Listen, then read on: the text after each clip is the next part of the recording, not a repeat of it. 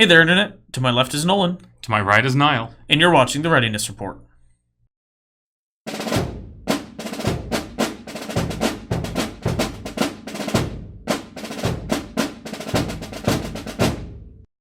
Star Wars Legion is finally upon us. At your friendly local game store. Most stores have gotten demo copies of Star Wars Legion. If you don't know what Star Wars Legion is, we can't help you. We can't help you. Where have you been?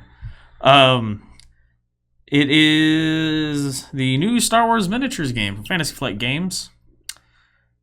And we have here the store's demo copy. I've had a chance to push it around a bit. I'll say it is more akin to a miniatures game than Imperial Assault is. Yep. Which is closer to a board game. Yes. So let's get right into it.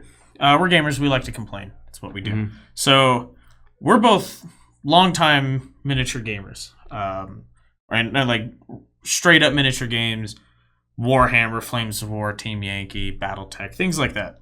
So I will say that Star Wars Legion, while it is a very fun game, not the ideal thing to attract the miniature gaming crowd. No. Well, yes, it is closer to a miniatures game, like I said, than Imperial Assault. There are some very board gamey aspects to it, including movement templates. Range templates, and specialized dice. And lots of tokens. Yes. Which isn't necessarily not a miniature game thing. I mean, Infinity uses tons of tokens. If you've ever played Stargrunt, yes, you'll know the tokens are common in that. Yeah. And even Warhammer occasionally has tokens for things. Usually they're optional. Right. But this game makes use of a lot of tokens. Mm-hmm. But I mean, it's Fantasy Flight, and their games make use of a lot of tokens. And then, like I said, custom movement. The way movement works is each unit has a movement value of 1 to 3, and depending on which, what that value is, you pick one of 3 movement rulers, and you lay. Either the vehicle has a notch portion on the base, or if it's an infantry, you take the leader of that unit, you fit the one end of the template in onto the base, then you move them anywhere along that template up to the end, and then everyone else in the unit moves within coherency around that figure. Yep. And the game measures unit leader to unit leader. So in a way, it feels kind of like the West End Games miniatures game, which measured center of unit to center of unit, which could leave some room for debate between you and your opponent determining what exactly is the center of the unit. But in this, it's just from unit leader to unit leader, and everyone around them is more or less a token to show how many wounds the squad has left. And how many shots they have, because each figure gets a die to add to the attack pool. Yep. So now it does have elements that make it more akin to a miniatures game, such as the miniatures are to be painted. They come unpainted, unlike X-Wing and Armada. There's no preset board. You set it up a 3x3 table, or 3x6, or a 3x6 table, like you would any miniatures game. You set out your terrain the way you would do in, say, Warhammer, for instance. So in that aspect, it is like a miniatures game. Yep. But I mean, that's kind of where it ends. The infantry are one piece is the head, torso, and legs, and another piece that's the arms holding the gun. And then that gets glued onto the other piece. So there's no sprue clipping. There's no like real customizing poses or anything like that, like you can with the multi-part plastic kits from Warhammer. I will say they're very nicely sculpted, but there is a problem with some weapons and things bending. The plastic, while it is harder than like the plastic you have for like HeroClix minis and the old Wizards of the Coast Star Wars games, it is a fairly soft plastic, kind of like Imperial Assault, kind of like Rune Wars.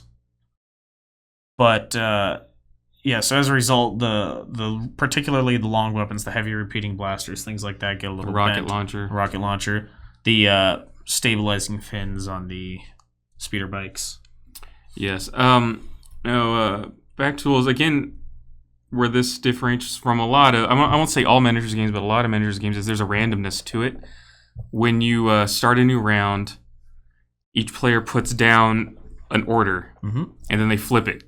And that order determines, based on pips and numbers on it, who goes first, and then also the number of units that you can select to go. Because otherwise, say you have an order that only has one unit on it.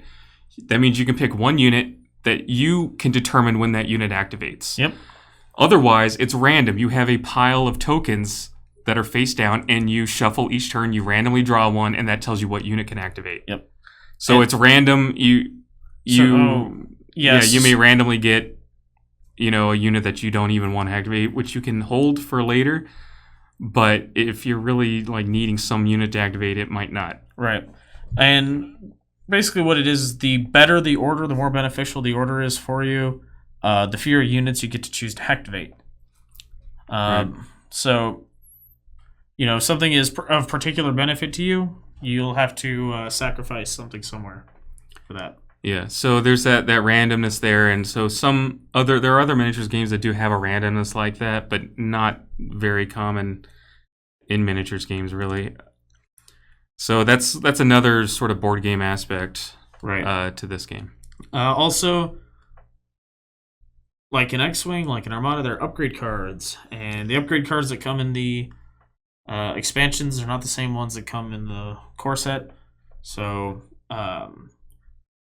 there is the potential down the road that the game might be very upgrade heavy, very much getting the way X-Wing is now. Right now, most of the upgrades are just weapons upgrades. Yep. So if you want to add a rocket launcher or something to a unit, you pay for the upgrade card, and that's how you do it.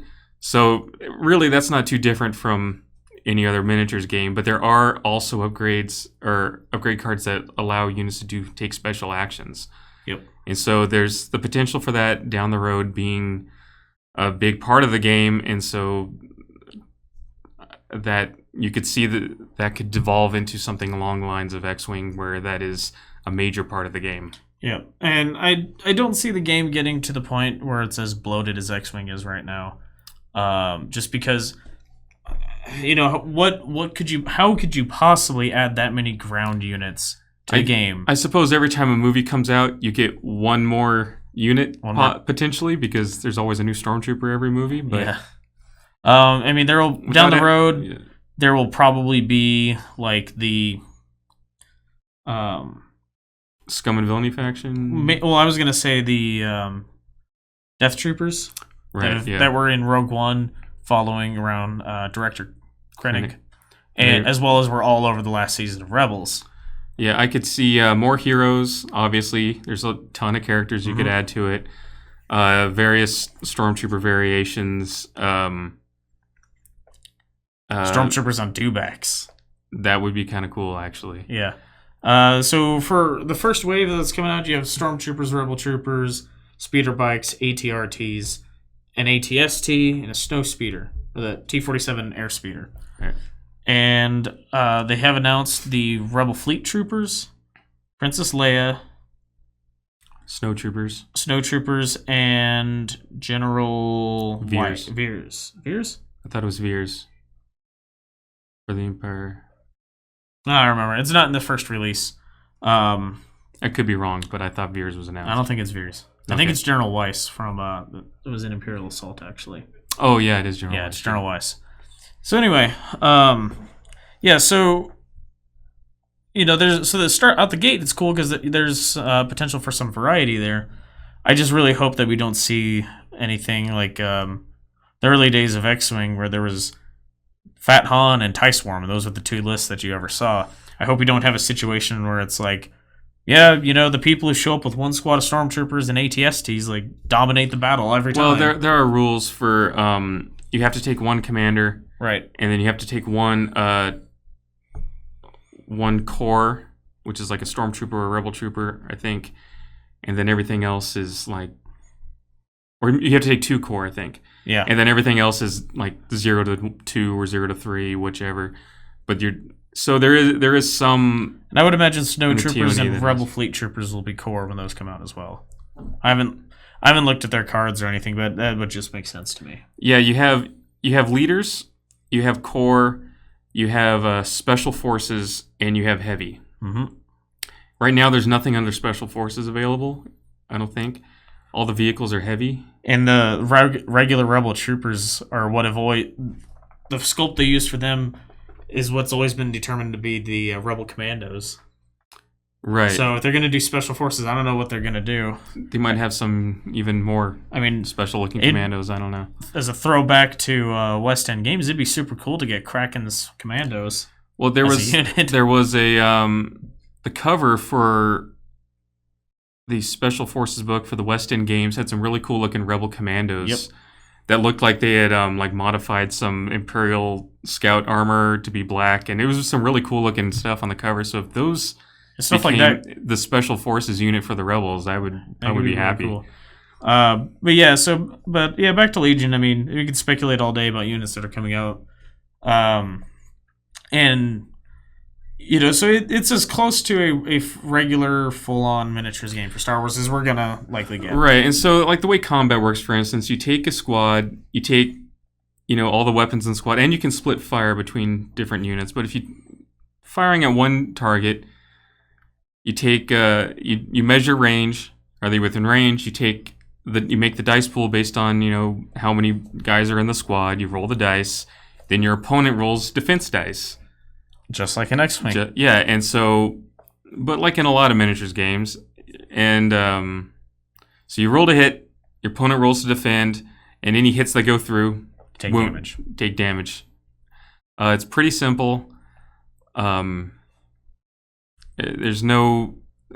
are no mechanics that are groundbreaking by any means. Yep. It's a pretty basic miniatures game, but it's not like like super simple like Baby's First Miniatures game or anything like that.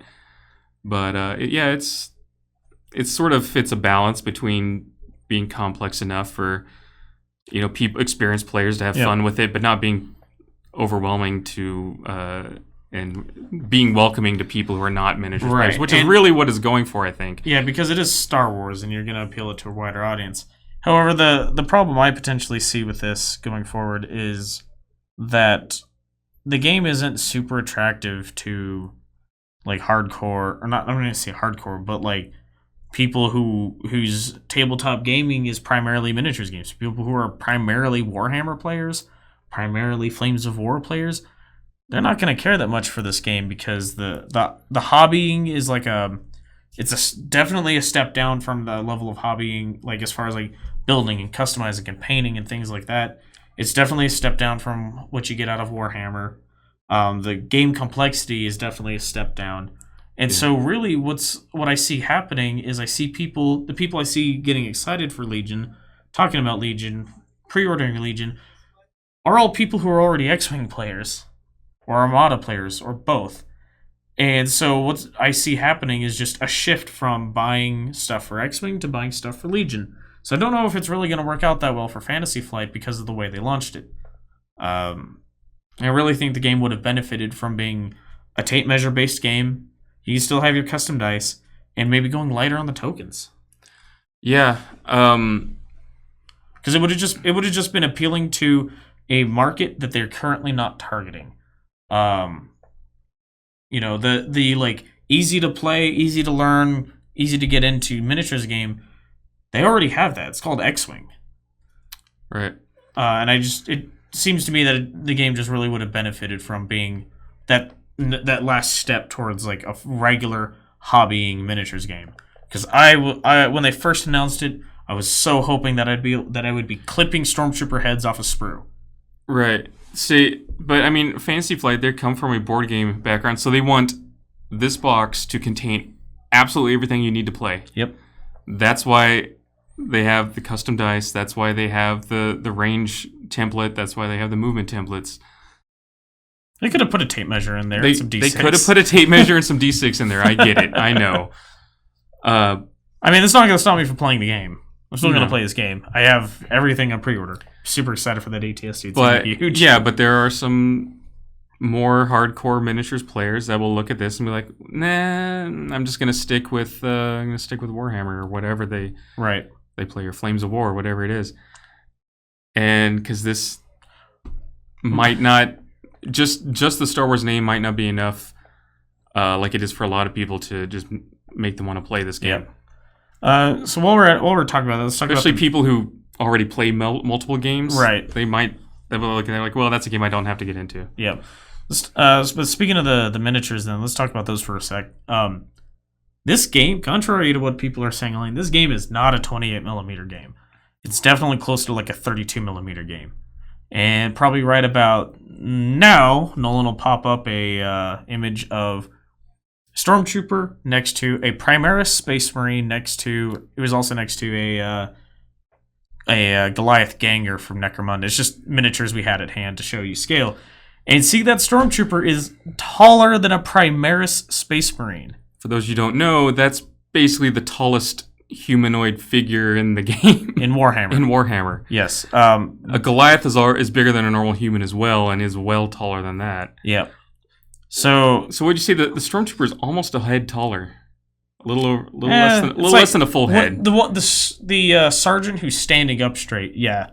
I think the picture we have is of one of the regular troopers. We might also have I don't remember. We might also have a sergeant one you can throw up. The sergeant who's standing up straighter definitely towers over that Primaris Space Marine. Yeah, they're the game is a very larger scale. It's a very much larger scale. And I mean, part of it too is the bases are a little bit taller, but not that much. They don't make up that difference. It's like maybe a 1/16 of an inch taller, if that. It's not much. And Vader stands well above all the Stormtroopers as well. So this game is big. The ATST is like the size of an Imperial Knight Titan. To give you a reference for 40K, if you understand what that is, that's a pretty big miniature. Miniature is like miniature. Bigature, as they call them at Weta. Yeah. So they, the game's big. You can get away with using a lot of 28mm scatter terrain if you have forests and crates and barriers and things like that from like Warhammer or Walking Dead or whatever games you play. You can get away with using some of that. But any building that has a door on it is really going to be off-putting seeing these next to it. Unless this is like an Ewok village or something. Yeah. Ugnaught village. So, on the one hand, it's cool because it makes the miniatures easier to paint. You can put more detail into it, especially when you're using the softer plastic. Mm-hmm. But on the other hand, it means I need to acquire a whole new set of terrain. Well, you needed that anyway because you needed Star Wars specific terrain. Yeah. Because who wants to play in Imperial Ruins, your Star Wars game? Right. So that's Star Wars Legion. We'll see where it goes. I'm definitely getting into it. I'm pretty excited for it still. It's just not what I ideally would have liked to have seen from the game. Maybe if down the road they have like a... it'd be cool if they had like a... I don't even know what like a complex rule set. I don't even know what the... Advanced rule set that, plays more like... Warhammer or Infinity or something like that. Unlikely, but I would like it. I guarantee you there's going to be people adapting these rules to use tape measures, though. I'm put money on that. Yeah. So we'll see where it goes. It's definitely got a lot of hype for the launch. So, and if you want to check it out, I believe Fantasy Flight Games on their website has a store finder for stores who are running demos of it. Little Shop of Magic here in Las Vegas is running demos of it. You can come in and ask anyone on staff to try it out, and they'll show it to you. So if you want to check it out, look for it there, and see for yourself. I definitely recommend playing it before you make any decisions. Just because it's Star Wars doesn't necessarily mean it's the game for you. Either maybe it's more in depth and advanced than you want. Maybe it's not in depth and advanced enough. It's a sort of weird middle ground. So I really do see it being not ideal for like the two main groups of people. Yeah, it sort of falls somewhere in the middle of that. It'll draw some from both groups, and then it'll be like also a middle group in there that'll enjoy it. But yeah, it's it also has limitation of only having 2 factions, which is the problem that Star Wars always has. Yeah. Well, we'll see. They'll probably come out with a Scum and Villainy faction. Yeah. I saw online someone asked the developers the possibility of a Yuuzhan Vong faction, and they said they could neither confirm nor deny that. That could happen, so that leaves it open, I guess.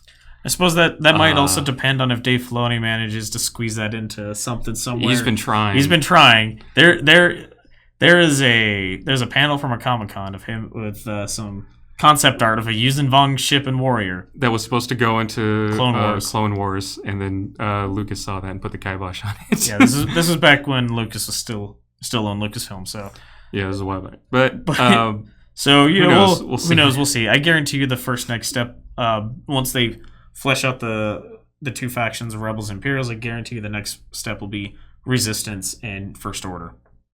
That's pretty obvious. Yeah. Like I said, possible Scum and Villainy faction, but I could see them being sort of like a way to ally like to either side, not necessarily their own faction. Bring in like other units to each side. And a Tiber Zahn figure would be cool. That would be cool. So, well, we can sit here and speculate about what's coming up all day, but so go check it out. If you like this video, check out the other stuff on our channel. There's other Readiness reports reviewing other miniatures games. You can watch that and see that we really, really like Necromunda. Yeah. So check those out. We also do streaming most Sundays. I don't think we streamed this last Sunday because of Gamma Trade Show. Like, a bunch of staff is gone for that. So, but yeah, it's just streaming every week, and we also have coming up the X-Wing Regionals. The Las Vegas X-Wing Regional Championship on March 17th. What's today? I don't know. Anyway, but that's coming up. Check that out. I believe it's the 17th. If not, Nolan will have the correct date right in here somewhere. And we'll be streaming that on Saturday and the top 16 of that on Sunday. And those will be continue to be hosted after that. So if you missed the live stream, you can go back and watch those as well. Yep. So cool. Until next time, thanks for watching. Bye. You know, not that I have anything against Princess Leia, but it seems silly to me to have Princess Leia be the first commander figure they release. I mean, there's some cool commanders that could, because like when has Leia ever shown her prowess at commanding infantry operations? She gave that speech.